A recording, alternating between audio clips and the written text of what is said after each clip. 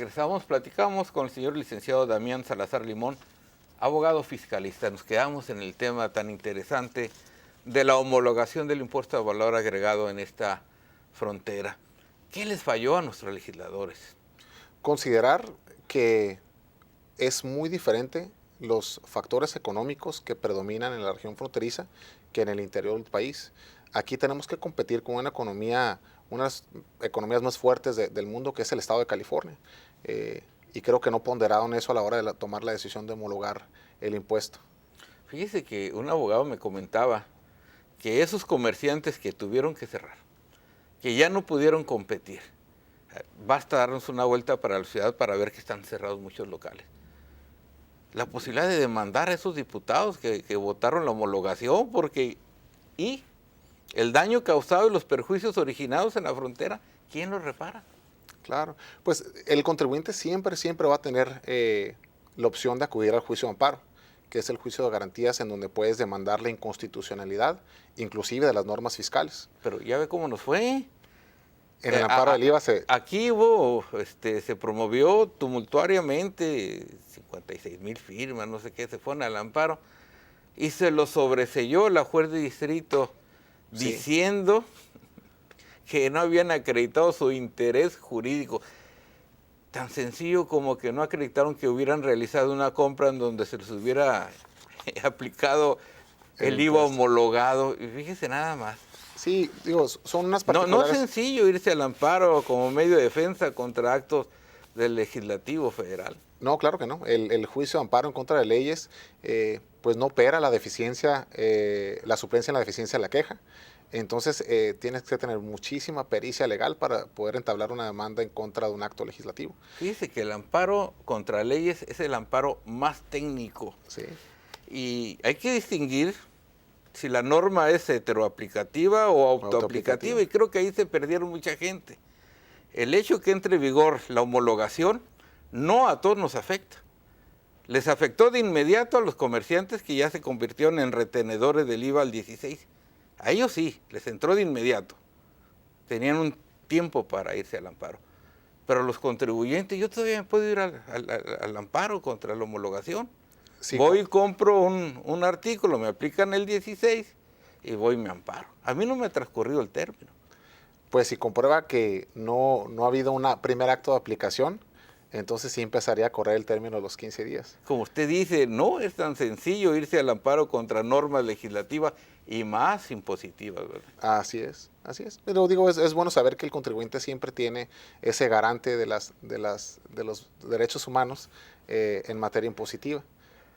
Ha habido grandes casos de éxito en donde los contribuyentes han ganado amparos en contra de impuestos sumamente inconstitucionales. Pero la gente tiene esa reticencia de decir, caray, pues es el gobierno. Es el mismo gobierno que nos impone, y si nos vamos con el mismo gobierno en medio de defensa, lo más seguro es que lo perdamos. Pero no es así, ¿verdad? No, claro que no. Creo que ese principio de división de poderes y de pesos y contrapesos tiene su razón de ser. México, de hecho, la Suprema Corte ha sido reconocida a nivel nacional como un órgano independiente que imparte justicia. En los últimos años le puedo mencionar impuestos que representaban una gran recaudación federal y que fueron declarados inconstitucionales por parte de la Corte, y que el fisco federal tuvo que devolver todo lo recaudado indebidamente. El impuesto sustitutivo del crédito al salario, que fue vigente en 2002, vino la ola de amparos, se volvió a promover en 2003 con otra pequeña diferencia en la mecánica, se volvieron a parar y la Corte declaró inconstitucionales los dos impuestos. El impuesto suntuario, elementos ahí del impuesto al activo también fueron declarados inconstitucional. Algunas prohibiciones en las deducciones también han sido declaradas inconstitucionales. Entonces sí, como abogados de los contribuyentes hemos tenido muchísimas victorias. A lo mejor se han visto un poquito empañadas porque recientemente la Corte ha sido muy estricta, ¿no? en sus análisis de la constitucionalidad de los impuestos, y por eso se perdió, se declaró que el impuesto, por ejemplo, el YETU fue declarado constitucional, no obstante ya lo eliminaron, pero fue constitucional según la Suprema Corte. En el YETU, en el fondo, creo yo que la Corte sabía que era inconstitucional. Definitivamente, digo, tenía muchísimos tintes de inconstitucionalidad. Había un régimen de transición cuando recién nació el impuesto, que tú tenías que traerte tu inventario y no podía reflejar el costo, entonces era notoriamente inconstitucional. La Corte, digo, respetuosamente señalo que Yo creo que le compuso la plana, le corrigió la plana el legislativo al derogar el YETU, ¿no? Porque pues, molestaba mucho al contribuyente el YETU. sí, esa dualidad en la tributación sí creo que le caía de peso al contribuyente y yo creo que fue una sana decisión eliminar. Usted como experto fiscalista, ¿cuáles son los tributos más importantes o los principales del mexicano?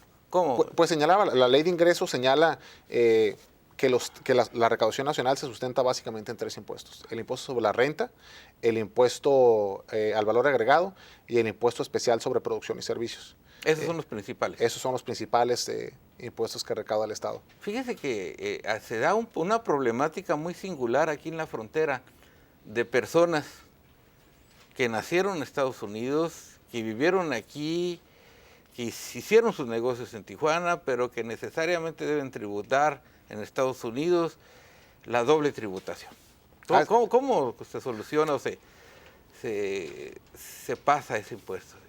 Ese es un tema muy, muy interesante y más aquí en la región, donde tenemos una relación muy estrecha con nuestros vecinos aquí de Estados Unidos y donde muchos de nuestros empresarios tienen ya sea o la doble nacionalidad o son ciudadanos americanos viviendo aquí en México. Entonces, la doble tributación es un concepto que se le ha denominado a nivel internacional cuando tú tributas en un país y también tienes que declararlos en otro país. Es decir, los estadounidenses que viven aquí en México o que trabajan aquí en México pagan el impuesto aquí en México, pero también tienen que declarar ese ingreso en Estados Unidos. ¿Por qué? Porque tanto en Estados Unidos como en México nuestra legislación impositiva establece lo que se le llama ingresos mundiales. Es decir, que al Estado mexicano y al fisco no le importa dónde uno de sus ciudadanos obtuvo el ingreso, ya sea en Europa, en Asia, tiene que venir y declarar el ingreso aquí y pagar el impuesto correspondiente aquí. Ahora bien, ¿cómo se elimina ese efecto de la doble tributación? Pues México ha celebrado tratados internacionales con la mayoría de los países en donde ya reconoce el impuesto enterado en un país diverso. Es decir, si yo voy a Estados Unidos y hago un trabajo allá, me cobran impuestos en Estados Unidos, pues yo tengo que venir y declarar el ingreso aquí y pagar el impuesto. Pero en vez de pagar el impuesto, lo que hago es acredito el impuesto pagado en Estados Unidos. Me dan como un cupón y yo agarro ese cupón y lo aporto como si hubiera sido el pago del impuesto. Y como muchas veces en Estados Unidos la tasa de retención es mucho más alta que la tasa impositiva aquí, pues ya ni siquiera me da impuesto a pagar. Igual y eso funciona en el otro lado. Entonces, si tenemos esa situación de dualidad, hay que tener mucho cuidado en declarar en dos partes, ¿no? Para no incurrir en una responsabilidad fiscal. Así es, digo, una situación muy particular que se da aquí, ¿no? Y que se ha tratado de sesgar y eliminar, es que como mexicanos pensábamos que las cuentas en Estados Unidos, si teníamos el dinero allá, como que ya no contaba, ¿no? No, es que tengo mi cuenta de banco aquí con la que tributo y tengo mi cuenta en Estados Unidos como para mis ahorros, ¿no? Pero no, ahorita México ha celebrado unos acuerdos importantes con Estados Unidos en donde ya hay un intercambio de información muy fluida, ¿no? Entonces ya todos los ingresos que nosotros tengamos en Estados Unidos o en México los tenemos que declarar. Se nos olvida o de repente lo omitimos pensando que la carga tributaria va a ser muy alta. Pero si ya recibimos un ingreso en Estados Unidos, pues tráetelo para acá y acredite el impuesto pagado en el extranjero. O sea, no, en realidad no debe haber esa doble tributación.